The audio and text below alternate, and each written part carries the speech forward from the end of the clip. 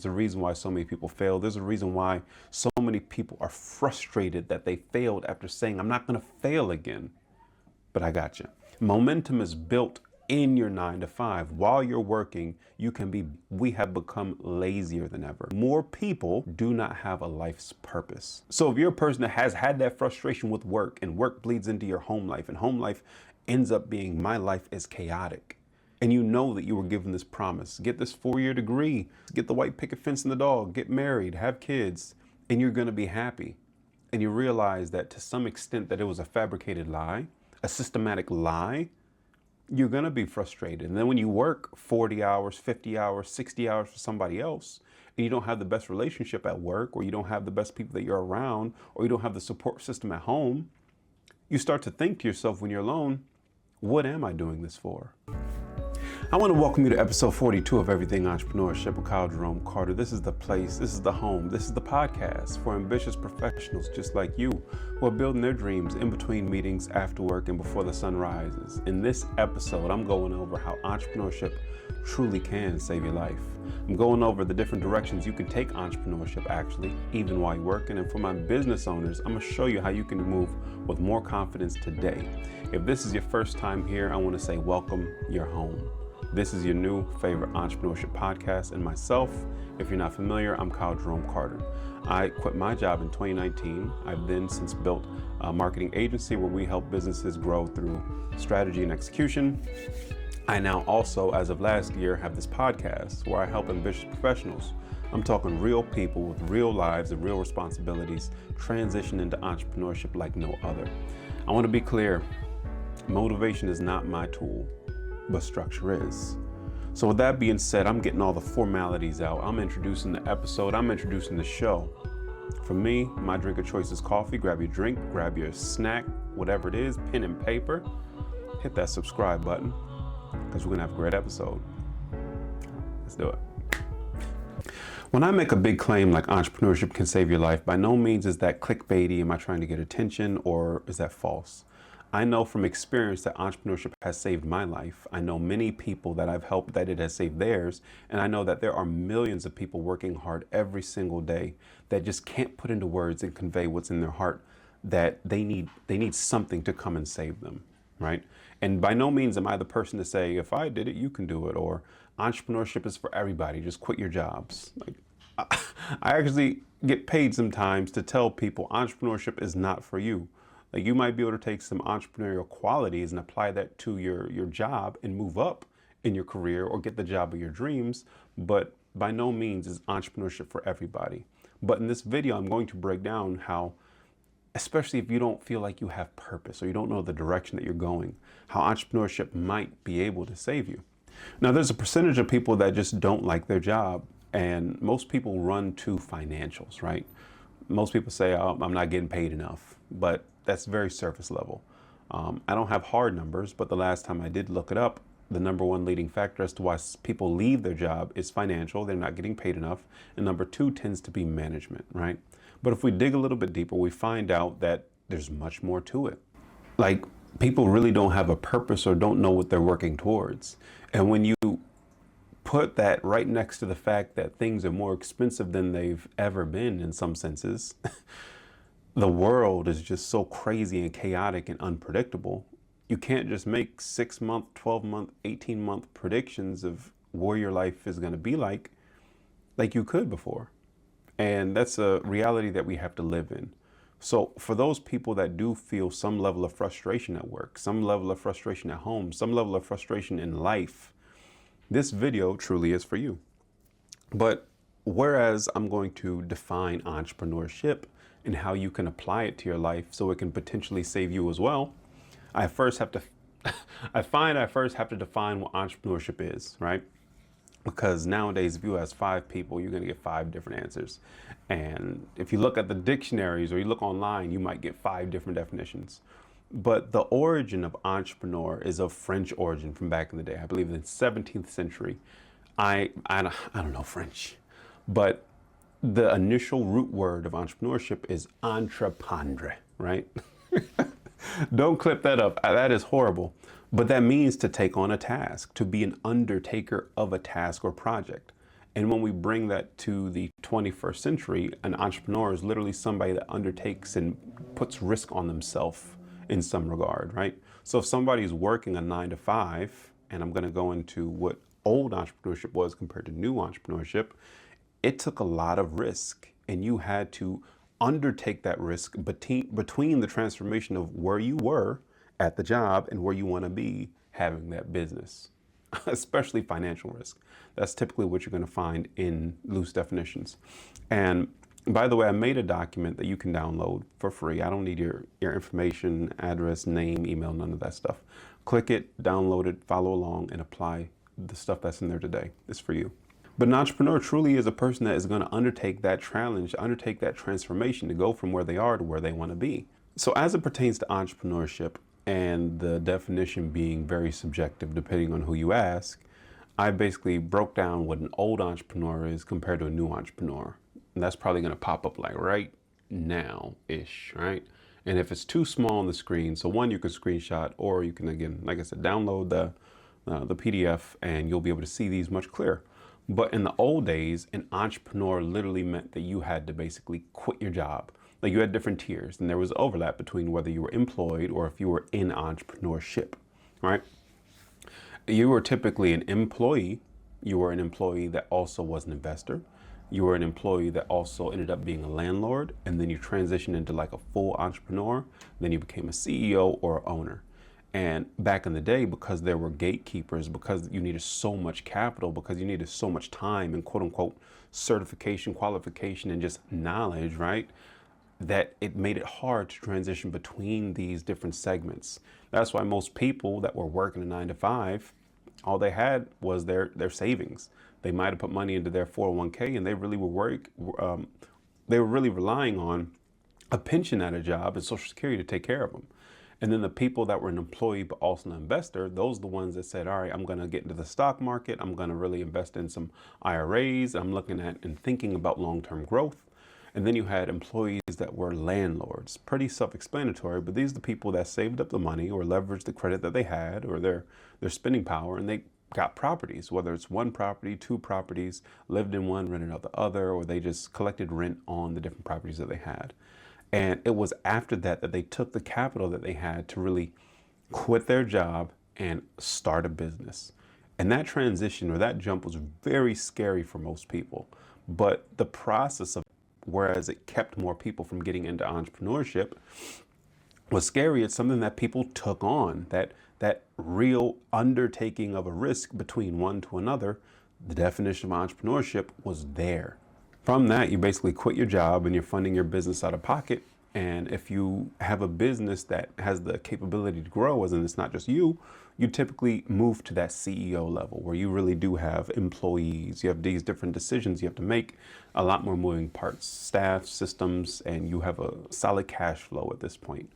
And then after that, you have owner. Owner obviously is where you oversee the company's growth. It expands across multiple ventures, or they even have multiple investments after that. That was the old way of entrepreneurship. The new way of entrepreneurship, you'll be able to see how the entrepreneurship road really bleeds further into employee, because there's so many more things that we can do. We can become an entrepreneur. We can make money. We can start a business with less money, less time, without gatekeepers per se, right? So on the new entrepreneurship spectrum, you have employee, intrapreneur, side hustler, entrepreneur, self-employed, CEO, and business owner. And by no means am I saying, world, this is it. If you go against this, it's over. Like if you go against the KJC, old and new entrepreneurship spectrum, there's something wrong with you. No, by no means am I saying that. But what I am saying is, after applying thought and looking at what has been, where we are, and where we're going, this is a very good spectrum that you can take into consideration along your journey. So you can figure out, one, I don't need to quit my job. Even though it's died down a little bit, there's still people that say, why are you working a job? That's so crazy. Just quit your job and become an entrepreneur, start a business. No. But in this new spectrum, as you'll see, we have employee. Again, this person is full-time, W-2, working 9 to 5, but not building anything for themselves, right? If anything, they have a savings. After that, you have an intrapreneur. An intrapreneur is an entrepreneurial person, basically, an entrepreneurial employee that's going to, as I said before, take the aspects of a business owner or an entrepreneur and apply that to their position to benefit their company to the next level and get compensated for it in some capacity, right? This person is the CEO and the top tier, the owners love this person because they're really putting everything in, right? You ever have a boss or somebody that says, you're doing good, but look at Jim. Jim is flying. Jim really cares, you know. There's a minimum of 2 or 3, and Jim just does 5 or 6 because that's just how they are. And you're like, first off, stop comparing me to Jim. Ain't nobody worried about Jim. But that's the employee. And again, there's nothing wrong with having zero care to go from employee to anything else. And then when it comes to intrapreneur, you're really using your job as a training ground. Like, you understand, I'm moving up in this. I'm not going to let my job use me. I'm going to use my job. A term I used to say all the time is exploit the workplace, with the definition of exploit being to derive full benefit from. And when I say exploit, I have to always preface this. I'm not talking about anything underhanded, illegal, of bad character or integrity, no. But your job is trying to exploit you. You are there for 40 hours. It wants you working every second of every minute of every hour for every day of those 40 hours in the week. It's exploiting you. So why don't you exploit your workplace and get the most out of it? Think about it. So an entrepreneur really says, you know what, it's not about me, it's about the company, my contributions to the company. I'm going to do everything I can using the tactics of a business owner to apply it to myself to help me and to help my company. Thus, I make more money, I move up, and if I'm not going to make more money, I'll go somewhere else with the talents because that's what I'm going to do, right? After that, you have a side hustler. This person that does a side hustle, again, one step above entrepreneur. They might have those entrepreneurial qualities, but on the side, they're into Toro. On the side, they said, you know what, I can do Amazon FBA. On the side, I can get a vending machine or whatever it might be. Like, you can do many side hustles that aren't even those. Online, taking surveys, walking dogs, whatever it is, and you can make money. Like, and technically, once you take that on, and if you make, I think, more than $600, or if you have an LLC, it's a business. So you're in business at some extent. You're making money. Uncle Sam's going to find a way to make sure he gets his. So yeah, there's no hard number. On here I have 2 to 8 hours a week with occasional income, but that's what it is, you know? You're not necessarily trying to quit your job when you have a side hustle. You just need that more money to make up for the rise of everything, the rise of cost of living. And then after that, you have an entrepreneur consistently working 10 to 20 plus hours a week on a business with a goal of replacing their income. Still employed, but this is where they get early traction. Like, I had a course I was going to make back in 2021 or 2022, and it was basically how you can replace your income. But because the guy that I am, the way that I am, as the way that I act professionally, one, there's a vast array of incomes and salaries that people have, and it seemed like too outrageous of a claim. Though I can help you double your income, as in if you're making $85,000, we can build a business that makes $85,000, so you're matching it for basically. But that's neither here nor there. But somebody that's an entrepreneur, especially if you're still working, you can work your job, you can get your benefits, you can have cheaper insurance while you're working and still make a very profitable business and only leave when you want to leave. You don't have to leave because you feel pressure from outside. This is about you. This is your life, your decisions, and the impact that you make from your decisions is going to affect your family and your loved ones. So please do not let anybody else tempt you or rush you in your process. You grow at your speed, but you can be a full-blown entrepreneur while you're working. And then from that, you get to self-employed. These are the people that go out and they have a one-man band, solopreneur. Technically, you have people that quit their job and they just do DoorDash and they're self-employed, you know. Somebody that starts a basic level wholesaling company can be self-employed. Somebody that starts, there's people that have started a marketing agency by themselves and they're self-employed. Somebody that does so many different tasks or services or sells products by themselves can technically consider themselves self-employed, but they replaced their boss with the business. If they don't work, they don't make money. So self-employed isn't the freedom that people are going after in entrepreneurship. That's when you get to more CEO, just like the old version of entrepreneurship. This is where you typically are going to have a staff. You might even have a couple solid VAs, but all the responsibility isn't on you. If you don't show up to the job, the work still gets done in some capacity. And then obviously you have a business owner. This person is going to be focusing on a lot more things. So in summary, by no means am I saying that this is law going forward, the old and new spectrum of entrepreneurship, but this puts into perspective and gives you a visual that, like I said, the barrier of entry is low, you can do this. But a reason why somebody's gonna wanna get into entrepreneurship, what is it that's gonna save somebody's life, KJC? That might be what you're asking. Now more than ever, whether you've heard it or whether I've said it, in the world, it's easier to live than ever before. While it's easier to live than ever before, the modern level of depression that people feel is higher than ever. One of the main contributing factors towards this is because with things being so easy, an example of something being easy, before, in order to get food, you had to go out, wake up early, you had to pick the food or kill the food and all this other stuff. I'm going back, right? The amount of effort that we need now, I can click a button and on DoorDash, it's here. I skipped going to the grocery store and making a sandwich. I can have a sandwich here in the click of a button. Because of the convenience, because of the ease, because of the efficiency, we have become lazier than ever. And because we are lazier than ever, more people, a very high percentage, and that's hundreds of millions, if not billions of people, do not have a life's purpose. What are you here for? What do you do? Who are you? These are questions that people are afraid to answer.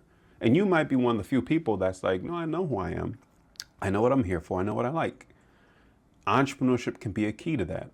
So if you're a person that has had that frustration with work and work bleeds into your home life and home life ends up being my life is chaotic and you're not making enough money and you know that you were given this promise, get this 4-year degree, do all these things, get the white picket fence and the dog, get married, have kids, and you're going to be happy. And you realize that to some extent that it was a fabricated lie, a systematic lie, you're going to be frustrated. And then when you work 40 hours, 50 hours, 60 hours for somebody else, and you don't have the best relationship at work, or you don't have the best people that you're around, or you don't have the support system at home, you start to think to yourself when you're alone, what am I doing this for? When you look at all the different stimulus that we have on social media and on TV, you might question, what do I like? Who am I? Right? It took me a while to figure out exactly who Jerome Carter is. Obviously that's my name, but who am I? If I don't use like visual things to describe myself, who am I? And that's a question that you might have to answer. But if we need purpose, if we need to work for something other than a paycheck to pay our bills, entrepreneurship truly can save your life. So whereas I just broke down old versus new and I showed you that you can get into it easier, I'm going to break down a couple flavors of entrepreneurship. And some of these are in that spectrum, but at the same time, some of them aren't. That's why I said follow along with the PDF, because it's useful information that I purposely put together for you. So when we look at the different flavors of entrepreneurship, because again, I need to get these gears rolling for you so you can feel like these are the misconceptions I had, and he just showing me that this it's just so much more out here to it, right? So the first flavor we have is the side hustle. I don't know what that tastes like, but that's the side hustle. We already talked about it. Those are things like Turo, renting out your cars that you have, or buying a car, financing it, and making more than you pay for insurance, maintenance, and the actual car payment. Or if you got the money, just pay it outright and just profit, basically. You have people that are still working and become a real estate agent. They're trying their best. They're working hard for somebody else, and after that, they're working for themselves and under a brokerage and doing their best to close these deals, right? You have somebody that just wants to go into content creation. As I said before, you can buy vending machines and place them in different creative ways that haven't been done already. You can be doing well in a subject back in high school or college, whatever it is, and as long as you stay abreast of it, you can be a tutor to somebody. In person, online, it doesn't matter. Side hustle is a beautiful flavor of entrepreneurship because it doesn't require all of your time and attention, but you can still make some money. You can still supplement the money that you feel you should be earning every single paycheck, and you can actually build that little space, that pocket to have more money. The second flavor of entrepreneurship is intrapreneurship. In a consultation, it always starts the same. Not always, just most times it starts the same. When I tell somebody, go all in at your job, they say, KJC, I hate my job. I hate my boss. I hate my coworkers. And I'm like, first off, you have a lot of hate. You need to get rid of that hate. That's not healthy. But I laugh because I'm like, those are all valid, received. You can truly have a bad leader, bad boss, bad supervisor, bad owner. You cannot like the people that you're around and they could just be all about the drama, but you're working that job. If you needed to be out of that job, you would have another job. We'll get to that later. But while you're still at that job and you're still getting paid a paycheck, why not get the most out of it? This really taps into that exploit the workplace that I was talking about. Now you can become the person who solves the annoying bottlenecks that nobody touches. You can really do so many different things within your organization for validation or without validation. Understanding that you're bettering yourself, using this as a stepping stone to move up in your organization or to pivot and go to another company with these new skills and really tap into your job and exploit it the way it's exploiting you and benefit. This allows you to make more money without having to have the risk of putting yourself out there with a business, but rather just doing better at what you're doing. It requires you to take no money out of your pocket. It requires you to do nothing else other than to do and be and show up better than you are. And I promise, whether the place that you're at right now, even if you don't like it, even if you don't love it, even if there's no way you can get a raise, you can hone those skills. And then in the next 3, 6, or 9 months, or even a year, you can be in the position, you can have the experience, you can have the skills to apply that to the job that you're going to get that's going to pay you your worth. And if it isn't about money, if you already have money, you just need to feel good, you can do that so you can feel great about yourself. I have a past client, like 50 years old, said, hey, I was on top of my game, but I'm a little bit complacent. You know, back in the day, within 10 years, I moved up and I was at the top position and it just felt great. But now it's been 5 years and I'm right here. You know, I'm not ahead of anybody, as in like, I don't have to delegate. I'm not the manager. I'm making good money, but I don't feel like I'm getting the most out of life. I don't have that purpose. And it's a hard conversation. I can't say go hard. That has to be something that you have a conversation with yourself and you come to. Like, you know what? I have been going easy. I do need to go all in. But what am I going all in for? Because that why is going to be the fuel that gets you through when you don't feel like it. The next flavor of entrepreneurship can be used to get the job of your dreams. I had a past video that said with the hiring market so crazy and everybody needing experience that you can easily, and I'm going to say easily because these are easy, not just simple, but easily start one of these 3 businesses that you can actually like start to get the experience in your industry. As in, especially in this AI time, and it's just getting more and more advanced, people are going to yearn for that human connection. They're going to yearn for what their customers, consumers, and employees are saying. Whether you're literally just collecting emails, surveying, or just observing an industry and their customers, and then building that list or building that knowledge base and having conversations within that specific industry. And again, all of this is detailed in the actual PDF below, like the actual types of businesses within this flavor. But you're in it at that point. If you're turned away because you don't have experience, get the experience, work with the people, see the actual terminology. By the time you get the quote unquote job offer that you want, you might have money because you made it through this flavor of entrepreneurship. These are different things people are not considering. Then the other flavor of entrepreneurship, I guess flavor 4 if we're doing this, is just traditional. You have a product or service and you're bringing it to market and you're doing your best to make money. But again, you don't have to quit your job to do it. This is a way that, let me see, I don't want to misspeak. Because again, I'm never going to tell somebody, like, I just quit. I'm never going to tell somebody just quit unless you're made of that. It got to be in you. You got to have that dog in you, as they say. But I like this one the most because it's very simple in the fact that I need to build a product and it needs to be liked enough that I make money, or I have to provide a service and it needs to be liked enough that I make money. Not saying that the side hustle or intrapreneur or the other way are too complicated. By no means am I saying that. I'm just saying of all of them, this one's my favorite, right? And I even have something I'm working on for you guys. I won't say it yet. I'd rather do it and then say it afterwards, right? This year I'm preaching, it's not about I'm going to, it's about I did for the most part, right? Outside of that traditional flavor of entrepreneurship, you have and acquisition and capital backed entrepreneurship. I'm talking, think about people that are buying franchises, hard money lending, buying existing businesses through the SBA.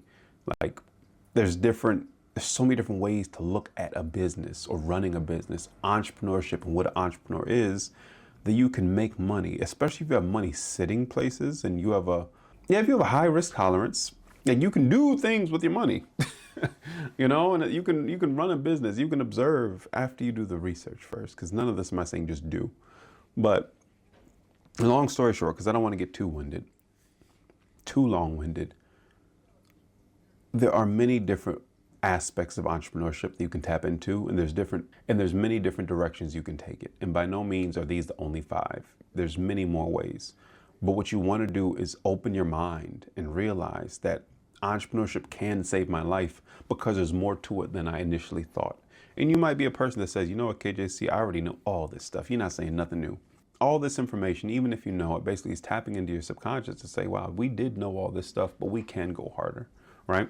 Because if you're watching this episode, you're in a season of your life to go harder. You want more. You want more from what you're doing, and you want more out of what you're worth, And this is a great way to do it. I'm always going to find different angles and perspectives to show entrepreneurship so people can understand, for those that it is for, that you can do this. And though not everything is easy, the steps might be simple, so you can follow the steps. Okay, so now we're going to transition into a segment I call JIT. JIT for just-in-time information, and JIC for just-in-case information. I'm going over some things that you can apply today, just in time. You're watching this or listening to this, you can apply this today and you can see the results. And then the broader aspect is just in case. This is stuff that you can apply at a time that's best for you as it comes up. Many people are consuming so much just in case information, but not applying anything. They're not actually, by definition, learning anything. And I want you to absorb this, apply it, and learn this information so you can reinforce the fact that this is true, that you can move forward and you're closer to making more money or being in a better position or being happier or fulfilling your purpose, right? So a framework that I came up with, that if you've been following the channel, you're pretty familiar with, my SCOPE framework. SCOPE basically outlines how you can build the one thing that's going to help you more than ever in your entrepreneurship journey. And that word is momentum. Momentum, because whereas you're working 9 to 5, so many people only feel like they have 5 to 9 after work to work on their business. But that's not true. You have so much more time. And when you try to do a cold start and just be in the mood at 5 p.m. to 9 p.m., there's a reason why it doesn't work. There's a reason why so many people fail. There's a reason why so many people are frustrated that they failed after saying, I'm not going to fail again. But I got you.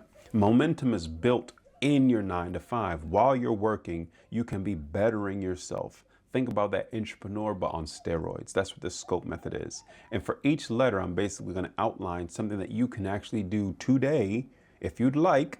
And then going forward, you can look at your week differently. You can go to work motivated, excited, understanding that you're bettering yourself so that when you're off work or when you do choose to tap into your business, that you have the momentum, because you're not starting from scratch. You're not starting from zero.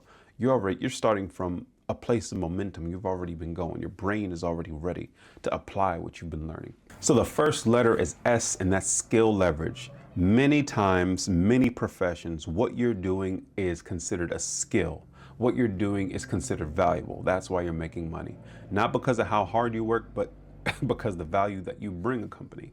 You want to ask yourself a very simple question. What skills are you getting paid to sharpen that can become valuable outside of work?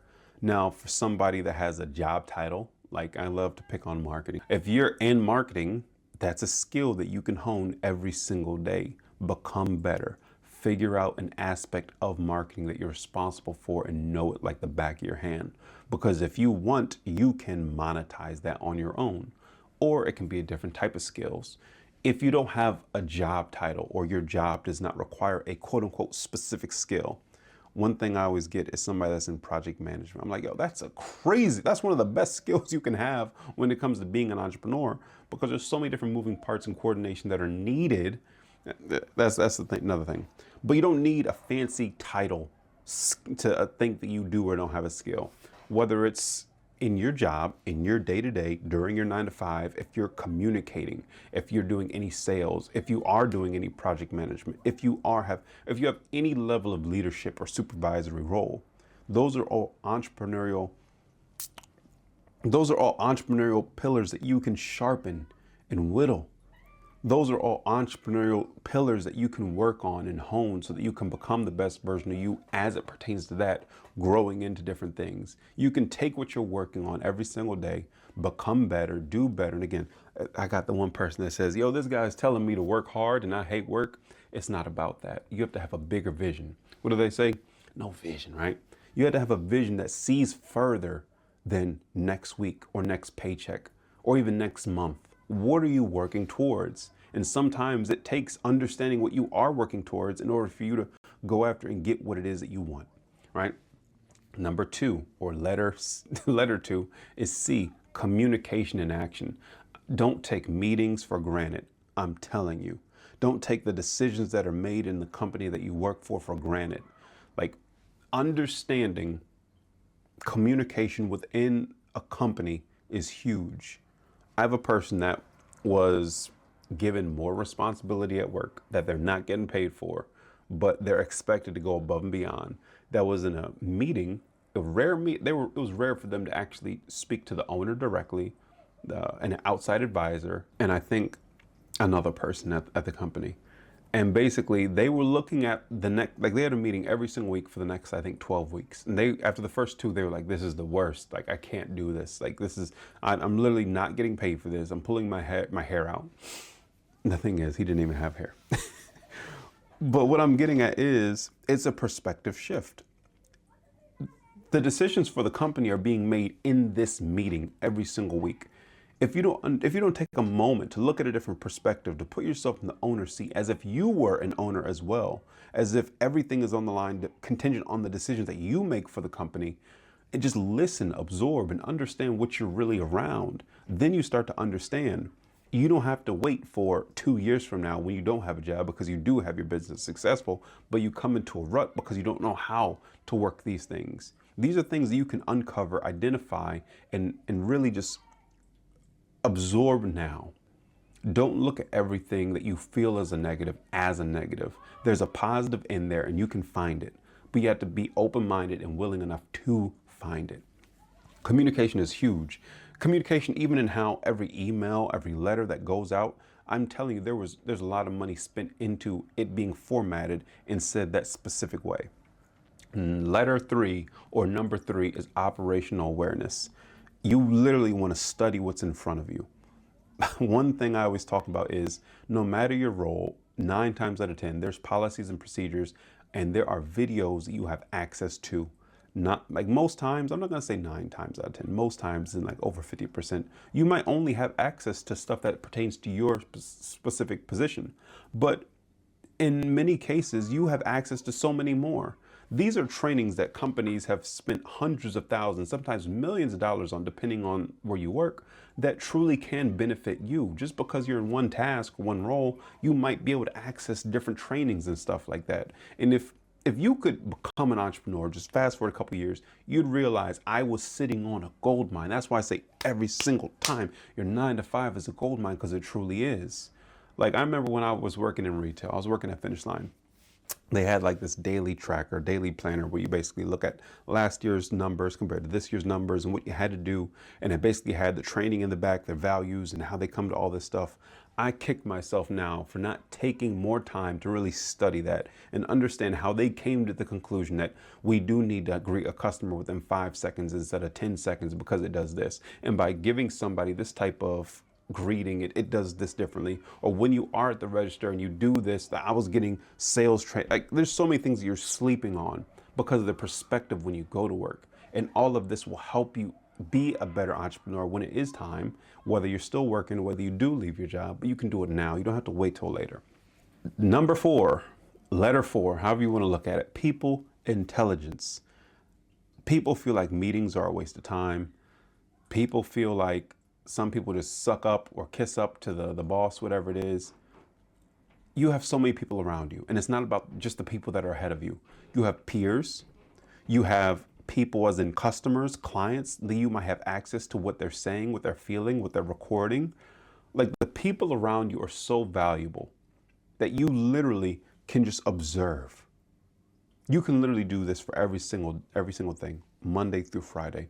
Just observe each one of these letters and you can make progress. You can become better because now you're going in with a different mindset. You're saying, as it pertains to people intelligence in this meeting, let me see how the CEO conducts himself. Okay, let me see what this person says to another person. Okay, you know what? I do have a lunch at the same time as my manager. Let me eat with them once a week or once a month or something like that. Let me pick their brain. You know what? I do plan on leaving. I do want solid referrals and recommendations and a nice network. Let me do networking. Okay, there is an actual party that I can go to, but I don't usually attend. I can attend it now because you know what? I have this new perspective and I'm going to actually show interest, not for a bigger means, but so I can become better at communicating with people and understand and connect and build rapport. So many ways you can do this. It's not even funny. And then lastly, earnings discipline, i.e. the E-tax, entrepreneurship tax. I'm not going to go too deep. If you've seen this before, again, for all the hundreds of subscribers to the Everything Entrepreneurship podcast, you guys already know. But for everybody that's new, the E-tax, don't mind me. I know it's not black and white, but this is how I do it, and it is what it is. If you make over 60,000, if you make under 60,000, every paycheck you need to be doing one or two things. Again, reference in the document below. If you make under 65,000, and again, I understand, not everybody's context and situation is the same. But if you make under 65,000, there's a good chance you have a little bit more debt than the people that make over 65,000. A little bit more, maybe. With that being said, 5 to 10% of your income is gone. You're preparing for having to pay Uncle Sam because a lot more than that is going to be gone. And you need to make sure that you are responsible for putting that aside and you don't lose track of how much money you owe them because they will come for it. If you make under $65,000, you need to be putting 5 to 10% of your paycheck aside. And at the end of each quarter, half of that money goes towards paying off debt and the other half goes to reinvest into yourself. Whether that's a course, whether that's a coach, whether that's a certification, you need to be serious and document what you're doing to progress yourself on a monetary side. And you can't do that if you're 100% in debt or if there's a big percentage of debt that you have compared to your paycheck. And I got people that I do consult to that are under 65K, like, yo, KJC, I got 2 kids, I'm a single mom, whatever it might be. I can't afford that. I'm like, I know you can't afford that, but you still have to do it. It's that simple. There's things, if you do a money audit, you're going to find where it can be cut. And I know that's insensitive. I know there's people, believe me, I've been broke.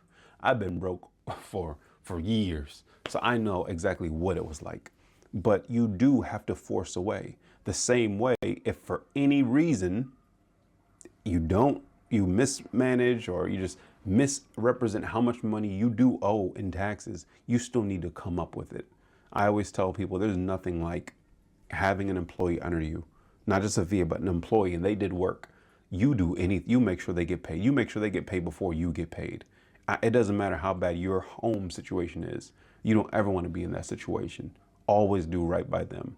So to do right by them right now is to do right by you. You take a percentage of your paycheck, 5 to 10%, and you put that aside. And like I said, at the end of every quarter, half goes towards debt, however you want to do it, big debt, small debt, whatever it is. Other half goes towards bettering yourself in a professional way.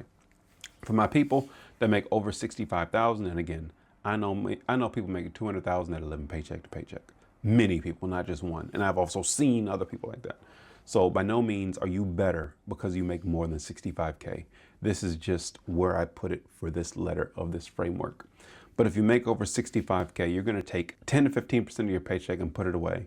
And at the end of every quarter, a third of your paycheck is going to go to debt. A third of your paycheck is going to go towards your own professional progression, and a third is going to go towards savings. It is what it is. And through this framework, SCOPE, SCOPE, skill leverage, communication and action, operational awareness, people intelligence, and E-tax, entrepreneurial tax, you're able to go to work with a different perspective. So just in time. Monday, look at your skills. Tuesday, look at communication. Wednesday, look at operations. Thursday, look at the people.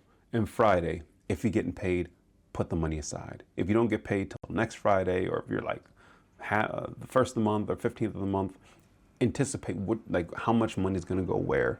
And if money's being saved, if money's paying debt, what debt are you paying?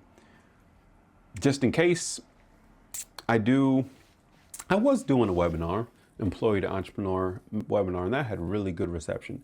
And I'm planning on doing that, but I only want to commit if I can really do that. So that's not right now. If I get enough demand, I'll bring it back. But just in case is everything else. But just in time, you can apply this today.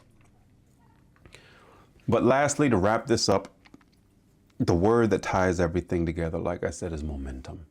Using that scope framework will build the momentum. Working on yourself. Your subconscious is going to be figuring out what you can do better for your business, your side hustle, whatever it might be, while you're working. So when you do get off work, it's not a cold start. I know life gets in the way. I know you might be feeling good and then you get one text message and the day is ruined. I know so many different things can happen. Momentum is your best friend, because I know how life can be lifing, as they say. But let me read for you. For those that are not gonna download, I'm gonna show you what you're missing. Because like I said, momentum is so valuable. It truly is. Purpose grows when you're building something. Momentum grows when you take steps consistently. You don't need perfect weeks. You just need a repeatable next step. Entrepreneurship won't make life easy, but it will make life feel like it's yours again. Momentum allows you to lock in. But with that being said, that part is done. But yeah, that's what we're here for. I didn't say this is your favorite video clip. I said this is your favorite entrepreneurship podcast, you know? I watch many entrepreneurship podcasts, but there is a gap, especially when people make it to a certain thing. It's like, you can't just make 6 or 7 figures and just relax. This is the time to go harder. This is the time to, if it's in you to do, especially if you have an entrepreneurship podcast, to be consistent in the message you convey. I easily could just be like, hey, this is the whole podcast of what I'm doing for the week, and this happened, so be aware of it. But I know that's not what you need sometimes, especially if you're in the season where you know that you do need that transformation. You need to lock in. You need consistency. You don't need that fluff. You don't need just motivation. You need structure. That's why I teach structured entrepreneurship. But with that being said, what have I been up to? I've been up to really just enjoying life, you know, not just like taking it away from entrepreneurship, taking it away from marketing. I'm literally just spending time with friends. I want to spend more time with family and just appreciate each day that I have. Because what I find is when I put my head down, time flies. A week goes by, 2 weeks go by, a month goes by. And then when I hit up somebody like, yeah, that was like 2 months ago. I'm like, golly, I haven't talked to you since then. I haven't seen you since then. And that's not cool to me. You know, it's not about being perfect out here. And I'm not one to make it seem like everything is good. And I got so many L's, I got so many losses that you guys could probably learn more from than my wins. And that's why I incorporate both. But even on a day-to-day, you know, like as a human, as a person, I got to be better when it comes to like friends and family, because it's not all about work. It's not all about just making money. You have to spend time with the people you care about, you know? So I've been up to that, you know. I'm excited about this real estate thing. I've been working on, got another project I'm working on for you guys. But yeah, so that's what I've been up to. Just really being more hard on myself to convey my love to the people I care about. So what about you guys? What have you been up to? Leave it down in the comment below. I got 2 things for you. So let me not show my age. I just turned 33 and technology is not kicking my butt. I got 2 things I want to share with you. I got an article and I got a video that really captured my attention this week. So for the article, let me pull it up. Can you guys see that? Boom. So this article by CNBC basically said that U.S. payrolls unexpectedly fell by 92,000 in February. Unemployment rate rises 4.40%. And when you take that into consideration with the crazy year that we had, right? Let me scroll down because I believe they have the actual, there we go, monthly job creation in the U.S., right? Here we go. They were expecting, I think, 50,000 jobs, but we actually lost 92,000. There's a very good chance that you a friend, a family member, or somebody that you know in the last 6 months has been fired or let go. And with that being said, it might look really attractive to get into entrepreneurship. But like I said, even though I'm showing you how entrepreneurship might be able to save your life, entrepreneurship is not for everybody. Are you willing to undertake something at a financial risk in most times until it works and until it works enough that you can actually profit, not just make some money? This article you can read, but I really was just looking at, golly, so many people just losing their jobs, not getting jobs. I did a whole video episode where the hiring process is so skewed now. People using AI for the resumes, people using AIs to judge resumes. Like it's not fair out here. And if entrepreneurship is for you, and again, you're here, so it might be, lock in, don't feel bad if you are in a situation. You're here now, right? You might have had a season where you were slacking off. We all have it. You might be into it now, trying to get a business off the ground or just make the most of what you got. But you might have had 6 months where you were just watching TV, watching Netflix, watching movies, playing video games, just out in the club, whatever it might be. Don't beat yourself up because you're here now. Like, every single day is a new opportunity. Every moment in the day is a new opportunity to prove to yourself that you can move forward. So I shared this article just to say it doesn't need to be that bad, especially because you're not alone. There's so many people in debt. There's so many people financing. There's so many people lying out here. Oh my goodness. If only y'all knew that it ain't as great as everybody makes it out to be. But that's a story for another day. I saw a very, very good video, especially as it pertains to AI, from Ryan Serhant. You might have seen his show on Netflix, Owning Manhattan, season 1 and 2. Great show. But basically, Ryan made a video on his social media, on Instagram, how he was on the verge of losing a $50 million deal because both the buyer and the seller both asked ChatGPT what it thought, and it told the buyer of the $50 million property, that price is way too high. You need it lower. If not, don't go for it. And it told ChatGPT told the seller, that price is perfect. The person is lowballing you. Keep it or even raise your price. And he basically made an updated video with the situation. And here it is. Check it out. So here's what I did to save this deal over the past 30 hours, 26 hours, something like that. One, I explained to both sides, really, because I guess people don't know, what an LLM is. It provides validation when you ask questions, not truth.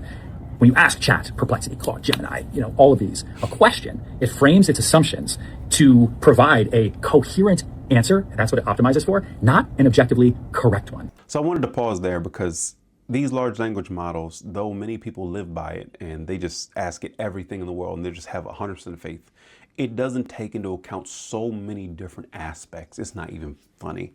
You can't rely on it. You can't just allow it to keep on edging you on like, no, it's okay, yeah. It's doing that because it was programmed that way. If you understood exactly what AI is, not you, because you might not, I'm talking about people, because there's a large amount of people that do treat it this way, the exact same way that he's talking about and that I preface. But if a person was to see it the way that it actually is, they wouldn't look at these large language models or artificial intelligence as it is. Some people look at it as if it's a person, as if my computer is literally doing this and it just knows and it has these emotions, when you really can just be looking at it as a smart calculator or Google that has a little bit more investigative powers to some extent. But that's a story for another day. So when a buyer and a seller on the same transaction use an LLM as a tool and they each get opposite answers, good thing I'm here. Because our job as salespeople is to interpret. That's it. We interpret and provide perspective and then everything that the internet doesn't know. Because that's really what AI is, right? It knows everything that has ever been on the internet up until this very moment right now. It doesn't know the future, can't predict the future. It doesn't know intentions, doesn't know emotions, doesn't know what buyers are circling, doesn't know off-market comparables, doesn't understand full replacement costs, and doesn't actually optimize for the deal. AI can model a market. It can't model a deal or make a deal. So So I saw that, and it literally, I saw the first one, like I said, and then after watching that second one, it put into perspective something that many people need to see. That's why I wanted to share with you guys. Like, it is not the end all be all. And there's so much need for human interaction, not just in real estate, but within so many transactions. With there's being so much fear out there that AI is going to take all the jobs and all this other stuff. It might be true to some extent, but I don't think it's as bad as people say. And I'm saying that from looking at different articles across the web and online with different perspectives. And I also do see that some people are playing into AI fear mongering. They know they're going to get a lot of attention, views, engagement, and clicks from continuously saying, oh, it's about to come. Oh, you're about to be taken over. It's almost over. When that's not the case. Now, granted, artificial intelligence can be scary and it does get deep, but it's not human. And in a time where more people are now craving human interaction with this uncertainty, I wouldn't be as scared as they say. And lastly, to wrap this up, I have a segment for my business owners. I need you to trust the process the way you trust your gut. Now, this is broad for business owners, but I see this way too often. You might have something you want to do, whether it's ads, whether it's hiring, whether it's getting a new system. And what I find is business owners become, I'm talking about the decision maker, the one that decides if we stop this and everything behind stops as well, if we do this, if we go faster, if we go slower. I find that sometimes business owners get too emotional. It's one thing to go with your gut. It's another thing to go with your emotions. You have to allow something to play out. If you're running ads, I tell people, again, it takes the context of the business and how much they're spending and what they truly want. Is it just exposure? Do they want ROI? Whatever it is. But ads, for example, unless you're willing to spend, I don't know, maybe $1,000, $2,000, maybe even like $3,000 in ads for the first month, and I'm talking almost set it and forget it. Because if you emotionally go in every single day and it underperforms or overperforms, and now because it overperformed this day and then now this day it didn't, and oh my goodness, what's happening? You might feel the impulse to stop something, and you might not be able to measure the full result of what needed to be measured. So you can't make the best decision based off of fractured data. You need to get yourself together and make sure that you keep your emotions in check. Trust the process. Allow the process to finish before you make a judgment.